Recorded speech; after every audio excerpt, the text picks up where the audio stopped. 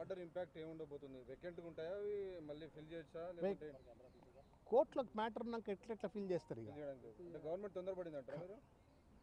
సరే గవర్నమెంట్ అన్నిట్లో తొందరపడుతున్నది, వాళ్ళకి ఎక్కడన్నా నింపాదిగా ఉన్నారా వాళ్ళు? ప్రభుత్వం ఏమన్నా నింపాదిగా రాజ్యాంగబద్ధంగా ప్రజాస్వామ్యబద్ధంగా రూల్ బుక్ ప్రకారంగా లేదు. Revanth book is different from constitutional rule book.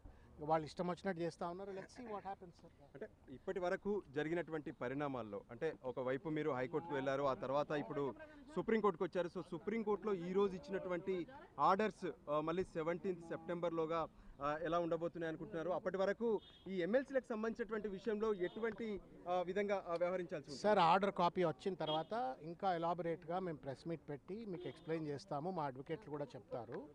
But ఇవాళ ఏంటి అంటే ఆగస్ట్ 14, 2024 నాడు ఏదైతే సుప్రీంకోర్టు ఇచ్చినటువంటి ఒక ఆర్డర్ను, ఇంటరిమ్ ఆర్డర్ను మోడిఫై చేయటం అయింది. తదనంతరం జరిగినటువంటి ఒక కార్యక్రమాలన్నీ కూడా యానల్ చేస్తాము అని చెప్పడం అయింది. కాబట్టి ధర్మం గెలిచినట్టుగా భావిస్తూ ఉన్నాము. అయినప్పటికీ కూడా ఇంకా ఈ మ్యాటర్ పెండింగ్లో ఉంది, సబ్జుడైజ్. ఇది శ్రావణ్ గారు, ముఖ్యమంత్రి కేసీఆర్ మళ్ళీ మీ పేరును మళ్ళీ ప్రపోజ్ చేశారా? ఒకటేసారి పంపించారు?